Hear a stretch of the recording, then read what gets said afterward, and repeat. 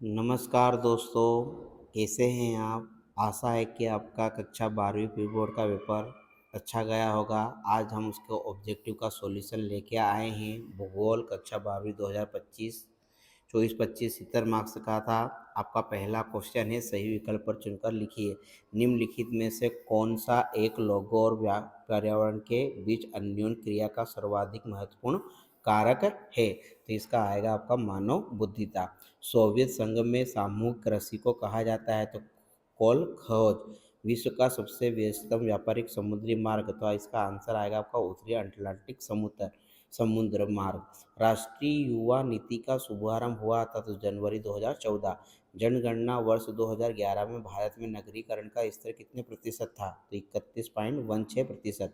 निम्नलिखित में से कौन सा सिंचित क्षेत्रों में भू निम्नीकरण का प्रकार है? तो ये मृदा लवणता। इस प्रकार हमने सही विकल्प क्वेश्चन को सोल्व करा। अब अगले क्वेश्चन की ओर बढ़ते हैं।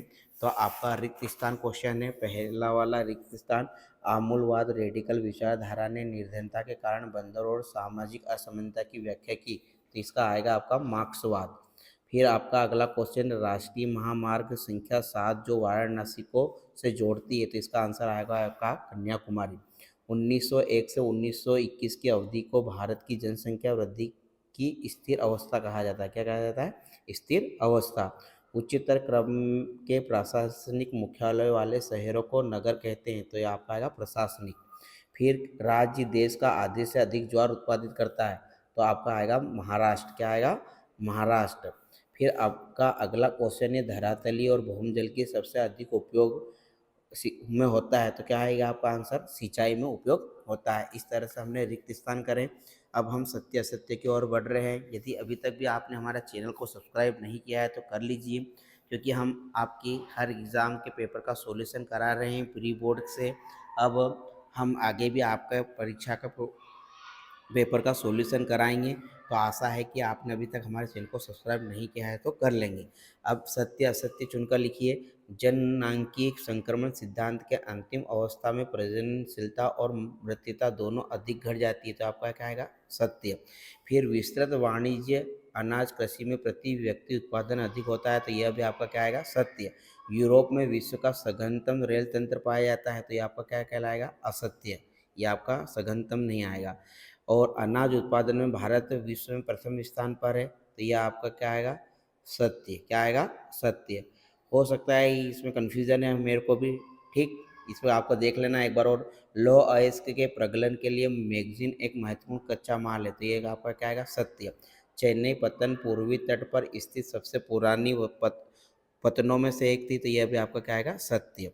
फिर अपन सही जोड़ी पर आ जाते हैं। तो क और ख दे रखे हैं, तो पहले का आपका आएगा ई, एमपी आएगा इसके सामने। मध्य प्रदेश। फिर सर्वाधिक सोयाबीन उत्पादन वाला राज्य कौन सा है? मध्य प्रदेश। कौशल विकास तथा उद्यमिता नीति, तो इसका आएगा आपका 2015 आएगा इसके सामने। भारत में जनसंख्या स्फोट की अवधि, तो यह आएगा द आएगा इसका 1951 से 1981 में जनसंख्या स्फोट अवधि था। आर्यभट्ट चौथा आपका आंसर, चौथा का आपका आंसर आएगा सब 1979 आर्यभट्ट का। फिर आपका पांचवा है प्राथमिक क्रियाकलाप, तो प्राथमिक क्रियाकलाप का आपका आएगा भोजन संग्रहण एवं आखेट। इस तरह से हमने मेध कॉलम सोल्व करी। अब लास्ट क्वेश्चन की ओर बढ़ते हैं, आपके एक वाक्य में उत्तर। तो एक वाक्य में उत्तर है आपका, मानव विकास प्रतिवेदन 2020 के अनुसार भारत का कौन सा स्थान था? तो आपका इसका आंसर आएगा 131वां। पर्शिया की खाड़ी पर आबादन किस प्रकार के पतन के उदाहरण है? तो तेल निर्यात। भारत का विश्व में गन्ना उत्पादन में कौन सा स्थान था? तो कौन सा स्थान था? दूसरा। भारत की जनसंख्या की किस प्रावस्था में वृद्धि दर अत्यंत निम्न थी? तो 1901 से 1921। भारतीय रेल प्रणाली को कितने मंडलों में विभाजित किया गया था? कितने मंडलों में विभाजित किया गया था? तो 19 जोन में। कितने में? 29 जोन में विभाजित किया गया था। इस तरह से हमने आपके ऑब्जेक्टिव का पेपर का सॉल्यूशन करा, भूगोल पेपर का। मिलते हैं हम कल के पेपर सॉल्यूशन के साथ। जय हिंद, जय भारत।